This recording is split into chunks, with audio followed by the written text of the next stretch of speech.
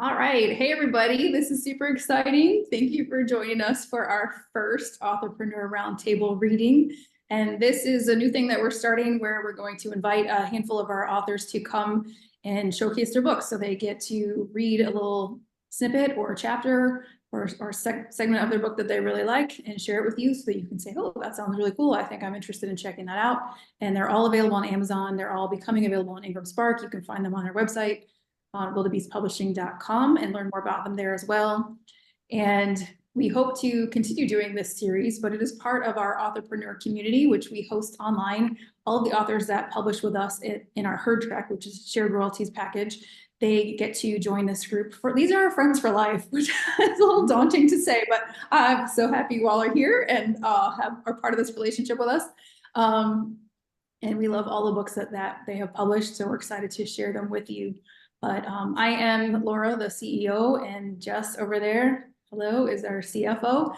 And these are our authors, but I'm going to let them introduce themselves. So please hit subscribe on our YouTube channel so you can get notified when we have these future ones. And if you are interested in learning more about our community or our services, just hop on over to the website and check those out. So the first thing we're going to start off with is introductions. Each author will talk a little bit about themselves, the book or books that they have published, and their publishing process, and then we'll go back around and have them do their reading, and then we'll wrap up. So we're going to start today with Christian Cerrone. He's the author of Sunset Downs. So Christian, tell us about your book. Yeah, thank you.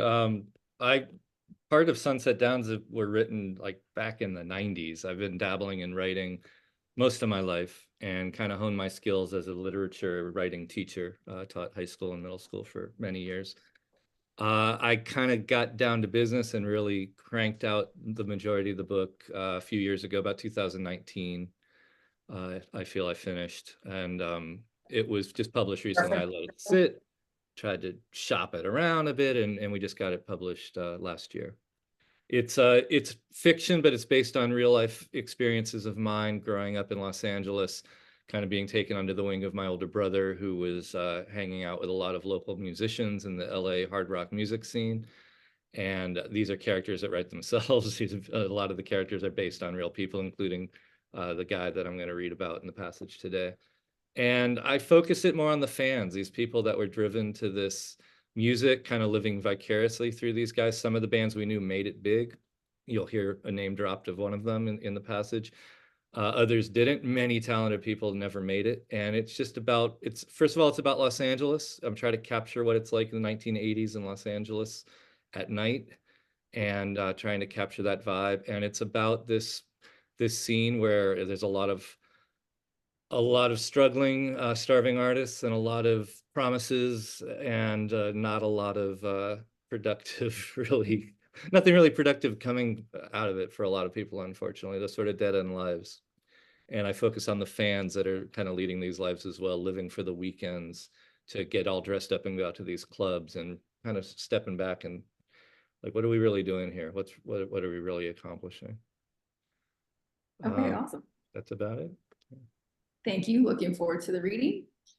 All right, Rand, you are up. If you want to tell us a little bit about your book and your publishing, how that's going. Yes, we are in the middle of publishing my book, working with the master draft, I guess you would call it. This book is about my brother and I hiking the Appalachian Trail. In 2018, I was 72, my brother was 71, and the reason we hiked the trail was my brother's wife had died, and he was suffering a lot of grief. And we're both combat veterans from the Vietnam War, so we're kind of like tough guys, and we both were very active our whole lives with hiking. I ran 26 marathons and a bunch of other things. But by the time I got to my 70s, I had an artificial knee, and my right leg was half-inch shorter than my left leg, so I walked with a limp, and it just seemed like it was impossible to do. So the book is about the hike and how we did it, and it's kind of like a journal format. And there's a lot of my brother's a pretty spiritual guy to begin with. I wasn't so much, and so we talk a lot about spirituality, and it was tough. The mountains are very difficult. even for young people. 17% of the people who hike the Appalachian Trail actually do the whole thing. I did not do the whole thing. I did 1,600 and some miles. It's 2,200 miles. My brother did finish it.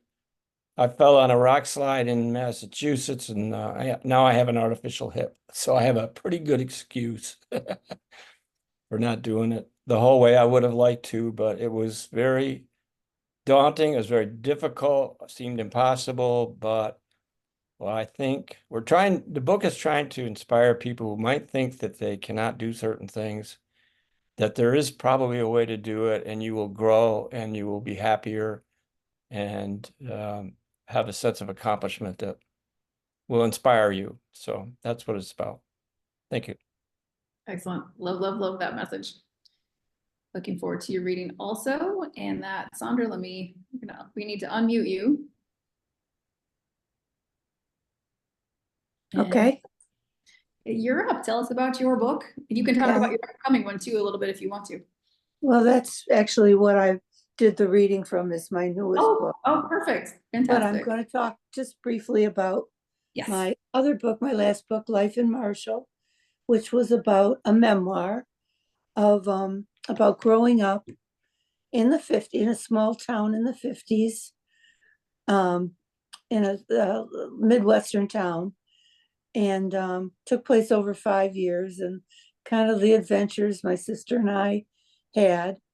That was published last summer, available on Amazon.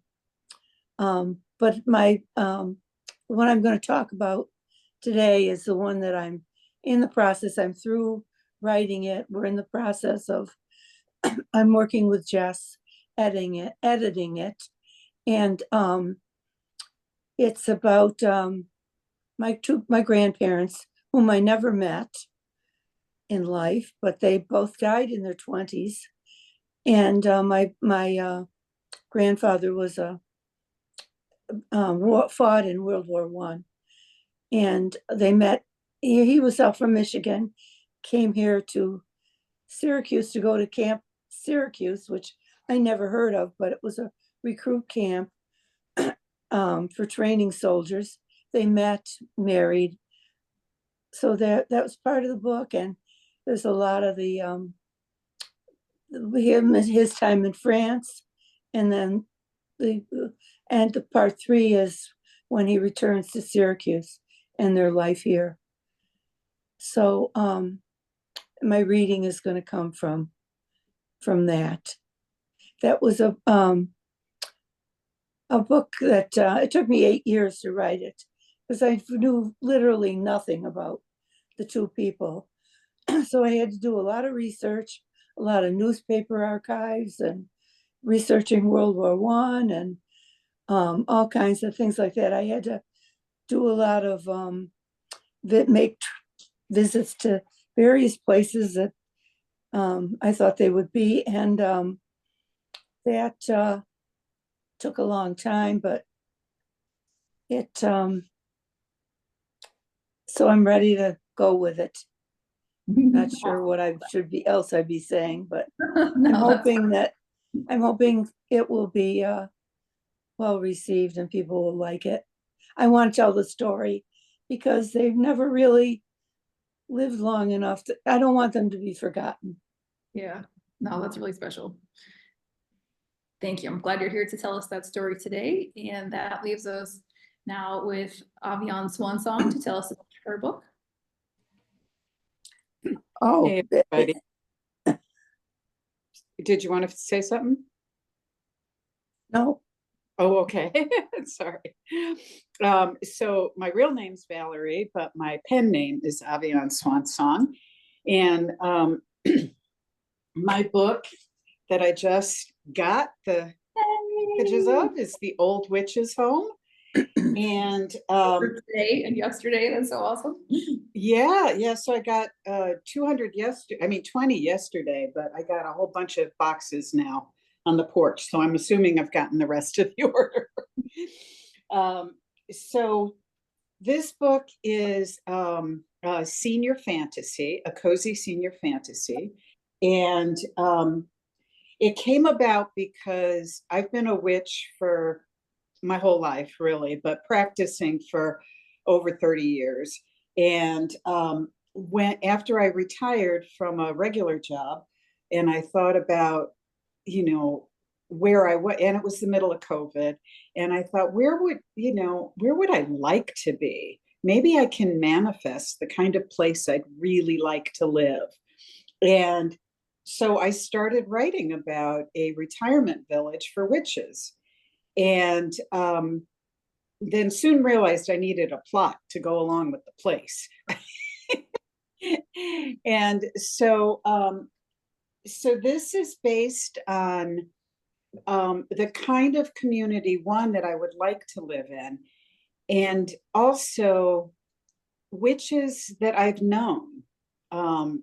Everybody in the book is really they're real people. They're not, Samantha, twitching her nose, or Elphaba, with green skin, or other kinds of witches like that. These are people that believe in making magic through coming together and directing energy in a way that is going to make the world a better place. So they're very much into social justice. They're into community and taking care of each other. And they get thwarted, or they are almost thwarted, when one of the founders of the Old Witch's Home dies at the beginning of the novel. That's what I'm going to be reading. And he bequeaths the land. He was the one who owned the land. It had been given to him by his great aunt. And he bequeaths the land to the Old Witch's Home Collective. But a unscrupulous lawyer, who is actually his second cousin once removed, finds his brother and tries to contest the will, saying he was coerced. They put a spell on him. That's why he had to leave the will to the collective. And so that's what that's what kind of the conflict in the plot is. They have to figure out a way to remove the curse that the unscrupulous lawyer puts on them, and save the land and keep it for Lightning's legacy. His name was Lightning. Awesome. And that's it. Really fun, and has been selling really well. So congratulations on that. And you have a solstice party coming up, event you're going to? Well, I will be going to Witch Camp next week. So the tradition that I'm involved in, the people that I tend to practice with, are all part of a tradition that has a camp every year. They're all over the country. I mean, all over the world. There's one in Brazil. There's one in England. There's one in Germany, or there have been. I don't know about this year. And we get together for a week and do ritual work with a theme or a myth or a story throughout the week, have classes, have community for a week. So I'm leaving on Sunday to go to camp. And so I'm going to take the book with me. And I've already got probably, 20 to 30 people that want to buy it at camp. And so, yeah, that's going to be the first event. And then when I come back, I will have a launch party here in Oneonta, where I live. Fantastic. Well, thank you so much. Looking forward to your read also. So we're going to put all of the details that they've just shared and their websites and links into the description in YouTube. So if you are interested in any of that, check it out below. Again, hit the subscribe button so you can see more of these when they come up. But now let's jump into our readings. So we're going to start off with Christian, and the rest of us, if we can mute while Christian is talking, just so he gets the spotlight. And then when you've finished, Christian, let us know that you're done, and then we'll jump into the next one. All right, sounds good. Find my placeholder. Each of the chapters in the novel is entitled with the character's name. So this one's called Mike. I will say as well, I'm going to mention the band Poison. And so when I say Poison, you can't see the capital P, but I'm talking about the band, not about the substance that may or may not be in the witch's novel, I'm not sure. That would be a stereotype, probably unfair. So this is called Mike. He walked the streets alone. He did that once in a while. He liked the solitude, especially after being crammed shoulder to shoulder with a room full of sweaty people for the past 3 hours. The whiskey emptied a bit earlier than expected, and instead of making the trek up the hill to stand outside the rainbow, he headed east. He didn't provide an explanation. It was not necessary. Friends who knew him well enough knew this was just something he did from time to time, as if he had to. No one ever worried about him. Mike could take care of himself. For several blocks, Sunset was rife with the usual amount of Saturday night traffic, where the strip started to twist and turn among giant billboards and entertainment industry office buildings. He remained walking straight on Holloway, passing quiet apartments, well-manicured hedges, and jacaranda trees. Only a few cars passed by in this half-mile stretch. The quiet helped his mind wander. He thought of his mother and how quickly her health had deteriorated. She required an oxygen tank around the clock now. He wondered how much longer she'd be alive. He wondered if his sister would want to stay in the house after she was gone or sell it. He wondered if they'd maybe rent out part of it or continue to take in others like for free like their mother had, giving guys in the scene a place to stay and something to eat once in a while lest they starve on the streets. This led his mind to a sense of relief of having his own apartment. But he laughed to himself that the place obviously didn't mean much, with him preferring to walk great distances to find a little solitude, rather than slink home and have all he wanted. He felt guilty about the place, too. His mom busted her ass to take care of him all his life, and now that she needed to be taken care of, he was gone. To take his mind off this, he thought of his job, but only briefly. It was rather mundane. But he thought of the sacrifices he made to keep it, telling the guys in Poison they'd have to find another roadie. Then his mother returned to his thoughts, thinking about how she had helped those guys so much. He remembered wondering if she loved some wannabe rock stars who liked to wear her clothes more than she loved her own son. Guilt returned. Had the decision to leave Poison damaged their friendship? Despite everything his mother had given them? He hadn't seen any evidence of this. He felt they were still friends. Then he wondered if he even had any genuine friends. He pondered the strength of friendships forged on these streets. He assumed them to be stronger than others founded in more traditional circumstances, but he wondered. The scene had its artifice. Why shouldn't the friendships crafted there have it too? He passed Barney's, voices spilling from its capacity crowd. He quickened his pace past the lot until he had crossed Santa Monica. He continued east and had no idea how far he'd go. Santa Monica was quieter than Sunset, but not by much. Steady streams of cars slowly filed down each lane. He thought again of guilt. He wasn't religious, but he wondered if he needed salvation, forgiveness, absolution. He played with this last word in his mouth, silently repeating it to himself. He remembered having first heard it in high school. Absolution. Absolution is the solution. Absolution is restitution. Absolution is an institution. Absolution from prostitution. He toyed with the rhymes and smiled to himself. He thought again of his friends. Many of the fans he hung out with every weekend were friends. He had no doubt they'd always be there for him. He thought of other bands he knew. He wondered if any of them considered him a friend. He was a friend as long as he came to the clubs and bought tickets and brought others to do the same. He was a friend if he helped pass out flyers. He was a friend if he hauled gear. But he wondered if anyone got signed, would he still be a friend then? He came across a 7-Eleven in a strip mall just before Fairfax. He decided to drop in and buy a Coke. He stopped short of the door when he heard a bellowing voice coming from the space next door. He shifted his direction to get closer while stepping back to look up at the sign. It was an income tax preparation company office. Large vertical blinds were drawn in the windows to prevent him from seeing much inside. Through the cracks between slats, he could make out a large crowd of people. It was dark inside, but colorful lights were flashing. The voice boomed through a microphone, and Mike quickly realized it was speaking Spanish. It sounded like a vivacious church sermon of some kind. He laughed to himself at the thought of a Catholic church taking up residence after hours in a tax office. He searched for a connection there, but found only conflicts of interest. Judging from the frequent ovations from the congregation, however, the voice seemed to speak of a truth that was very important to them. He could only make out a few words here and there. Nuestras almas. A raucous response punctuated every sentence. Espiritu. His mind flashed to standing outside the rainbow in Roxy and hearing no sound carrying outside from within.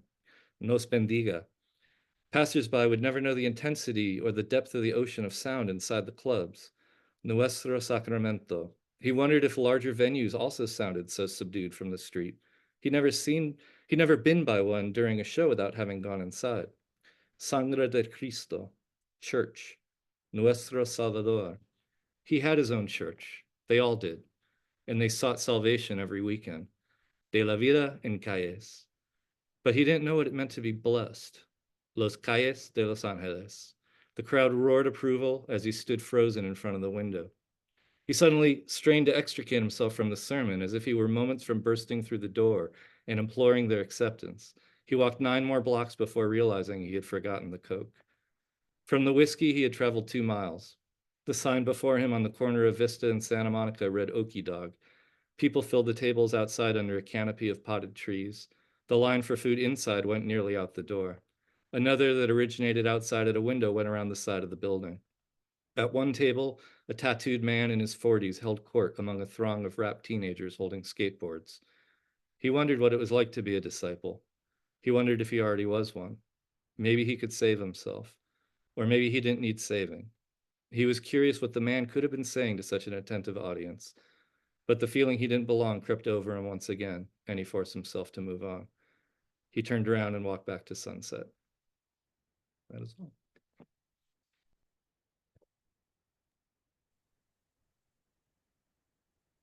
Awesome. That was a Thank you. great section to read. Yes, thanks. Okay, as you will see, our authors all have very different books, very different genres, very different feels.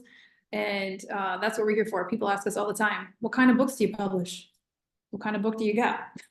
So let's move on now. So we're moving on to Rand. I think you were up next. And make sure you tell us the title of your book. We're gonna unmute, make sure you're unmuted.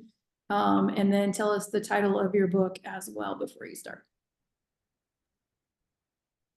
Okay, my name is Rand. The title of the book is A Spiritual Passage. It's a story of my brother and I hiking the Appalachian Trail in our early 70s.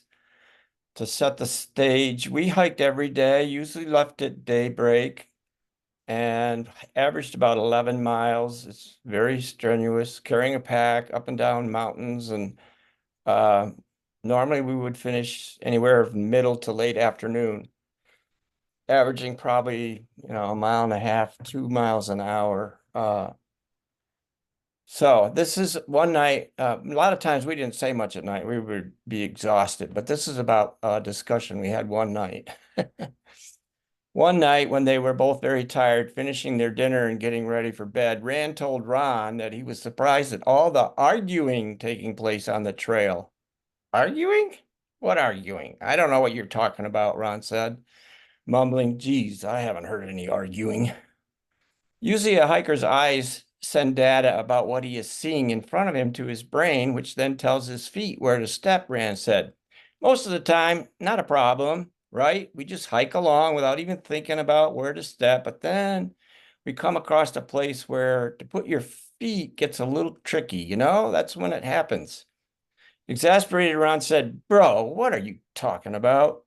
Well, every once in a while, arguing breaks out. It does? When? Where? Who? About what?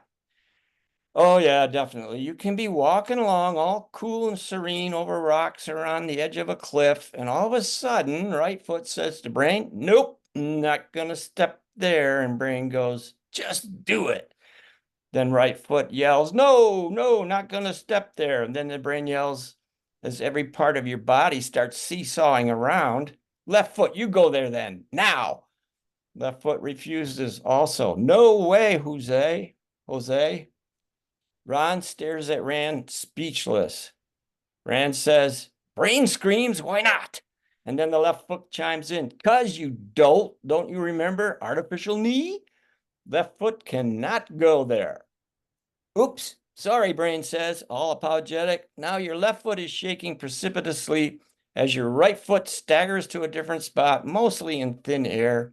No, your brain screams again. Don't go there. You will get us all killed. We will surely plummet to our death. Yeah, that kind of arguing, Rand tells his brother, staring at him intently. Weird. You are really weird, bro, Ron says, looking away. That's it.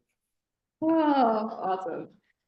I can see Jess and I are cracking up. And I see an audiobook in your future. I don't know. I think you have to read it if that happens. Okay, thank you. I was thinking the same for Christian as well, because his voice fits the mood of his story so perfectly. It's great. Yeah. Future for Alright. me, recording audiobooks. Keep that in mind. All right, I can Sandra, you're really relate to his. on you. Okay. Um, the title of my book is A Love Story in the Time of the Great War. And it's, I call it historical fiction because the real events are true and the main characters are real people, but I had to do a lot of fictionalizing in order to make an interesting story. And of course, there are many people in it that are nonfiction.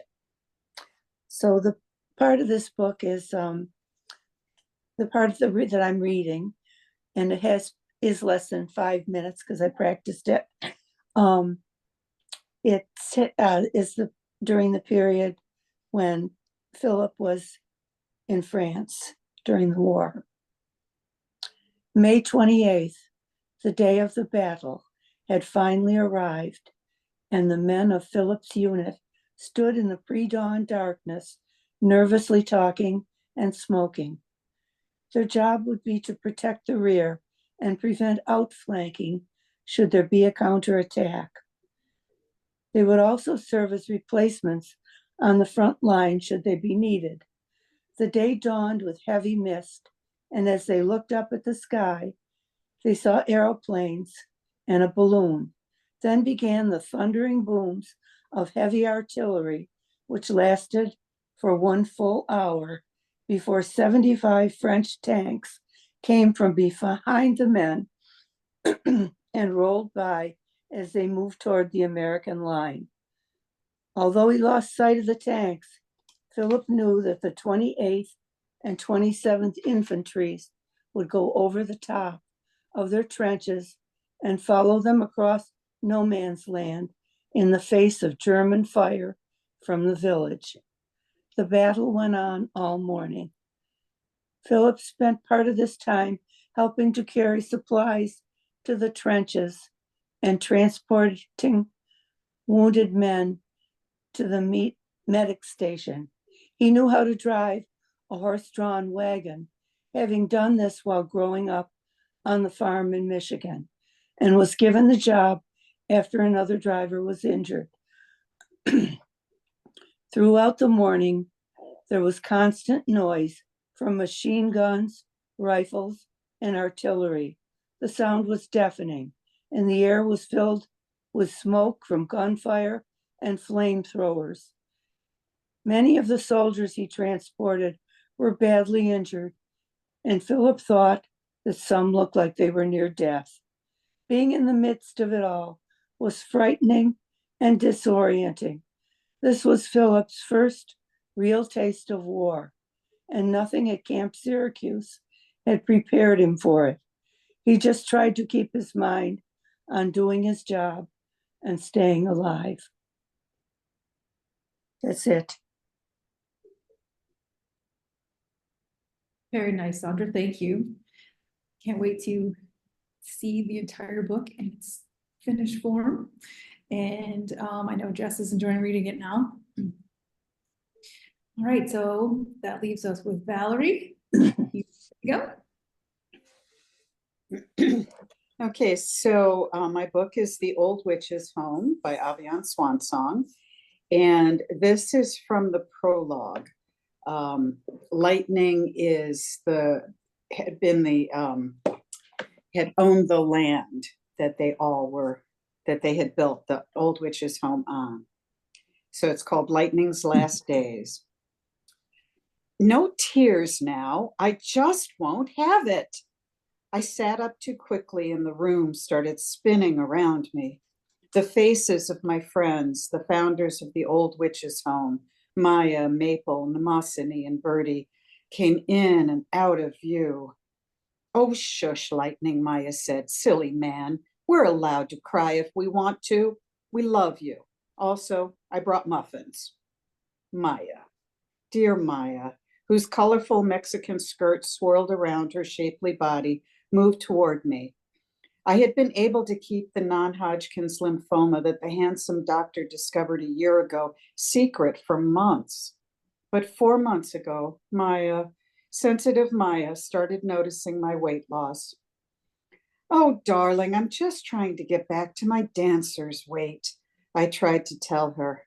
I wouldn't want to let any sweet young men pass me by, not if I can help it. She wrapped her arms around me and gave me a smile that showed me she didn't believe a word. So I had to tell them all. Maple was my rock, taking me to chemo and doctor's appointments and keeping track of everything. I flirted incessantly with him behind the sexy oncologist's back, and Maple laughed, that big, round belly laugh, and flirted right back.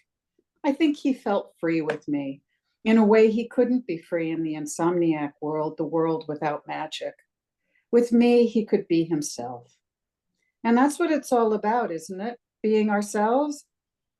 I leaned back, closed my eyes, and remembered this land as it was when we first looked at it, when I inherited it 10 years ago from that fabulous old lesbian, my great aunt Estella. She said the land had a soul like mine, wild and wooded, filled with sunlight and shadows.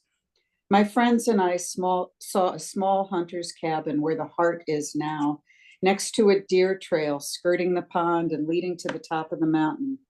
We spied fairies peeking out from behind bushes filled with blackberries, catching rides on dandelion puffs floating in the breeze. That's when we knew what we had to do. Together, we built the old witch's home, a sanctuary for outcasts and pagans of all kinds, a place where we could just be us, crazy and wild and happy. I raised my head and looked at the dark brown baked good Maya set on the tray before me. Morning glory muffins were my favorite, and she had swirled the icing on top just how I liked it. In the last few months, Maya had done everything she could for me. She was a gifted cook and an intuitive healer. She enlisted Diego, one of our few non-witch residents, a curandero from the Yucatan, to perform Olympia. He was accustomed to working with spirits like Ogun and Yemaya, Afro-Caribbean deities, sometimes fierce, always powerful.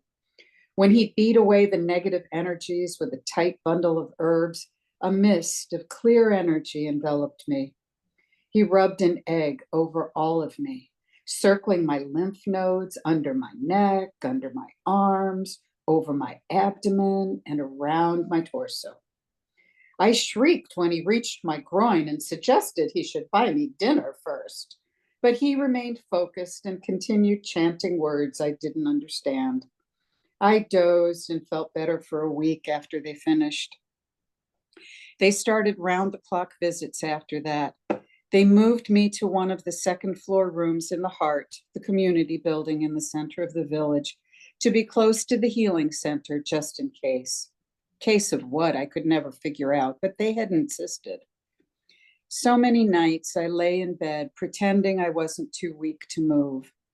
I heard the sounds of the witches doing rituals below, the rise and fall of their voices as they chanted and danced in a sacred circle. I fell into dreams, the air in the room filled with the scent of incense rising from below. Now I smelled peppermint tea in the mug Maya held. She sat in a chair beside me. Oh, darling, that muffin looks divine. Maybe later. Thank you so much. I wanted to sit up, but my stomach was doing pirouettes and jetés, the way Eric circled the stage during our shows. Eric. I would be with him soon, and we would dance together like we used to when we were both in La Ballet Trocaderos, touring the globe and upending the staid world of classical dance. I closed my eyes and heard the music from Giselle.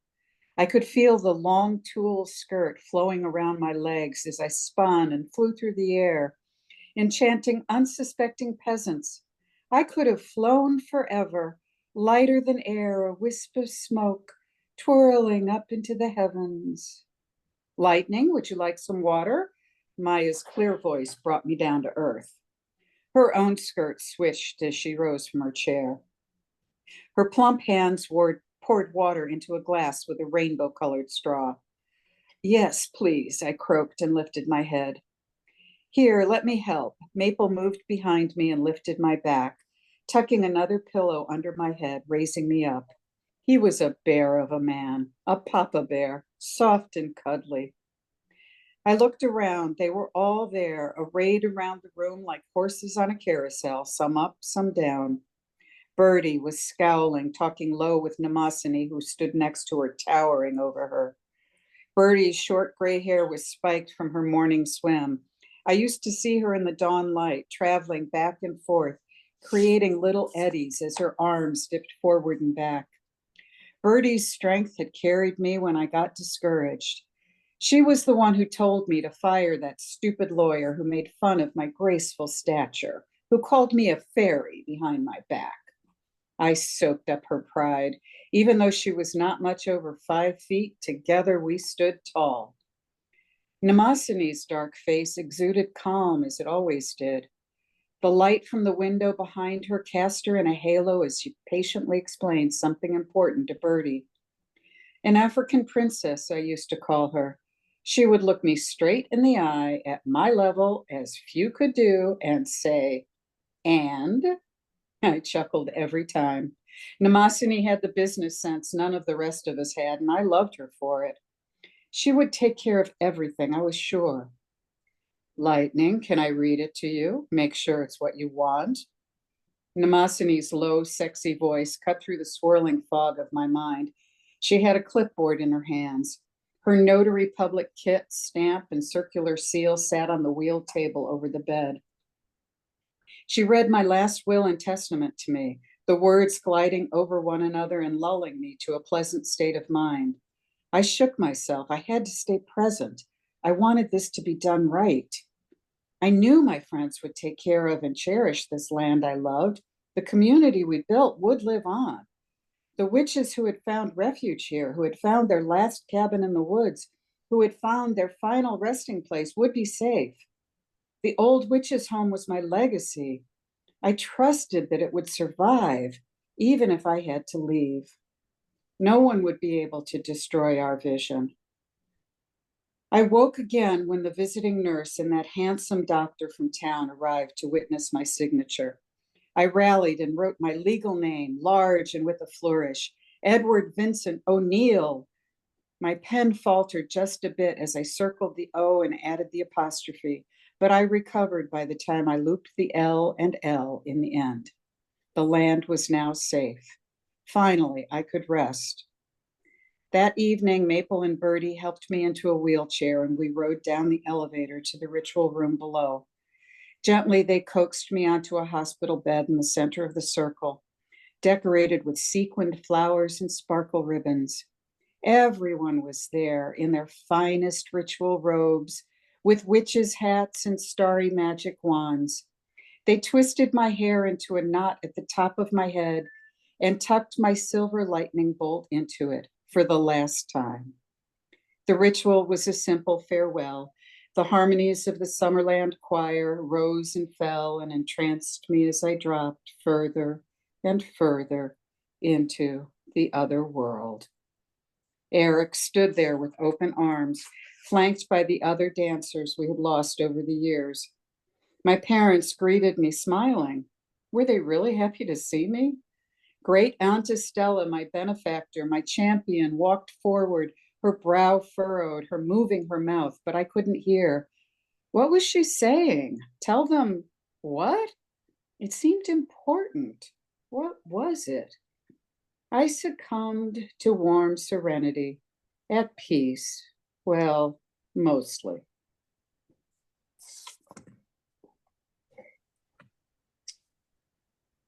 Awesome.